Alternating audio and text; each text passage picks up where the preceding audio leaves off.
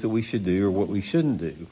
And there is not another sport out there more prevalent as far as how you need to really incorporate instincts and intuition into your fishing.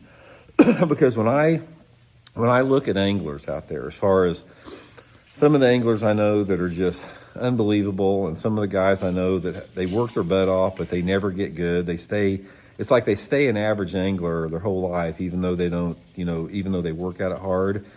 The difference is the people that tap into their instincts and intuition cross that threshold to become great. And the people that will not acknowledge or incorporate that instincts and intuition, they stay just average all the time. And like I said, it's not anything that they have that you don't have. They're just utilizing that skill that every single one of us has. So anyway, here's what you have to do. Here's how you develop that. And you don't ever reach it. You're always constantly working towards that. Even myself, nobody ever masters this. It's something that you get better and better at all the time. The first thing you have to do is you have to learn to trust yourself in fishing.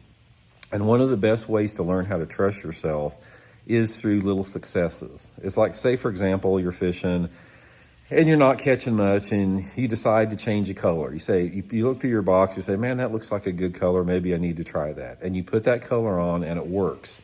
Every single time that you have a success like that, that gives you confidence in your instincts and your intuition. So don't ever underestimate that. You need to acknowledge that. And every time that you make a right decision, say, for example, like you're working down a bank and you've got there's a boat dock in front of you, and you're looking at that boat dock, and you go, man, if I was a bass, that spot on that dock right over there is where I would want to be, because maybe the shade's on it just right, or maybe there's a little piece of cover there, or there's something about it that just sticks out to you personally that appeals good, and you cast in there and you catch a fish. That builds your instincts and your intuition. Or say, for example, you're running down the lake. And maybe you decide, I want to go down to this next creek down the lake down there. There's a creek 3 or 4 miles down the lake. I'm going to go try that creek.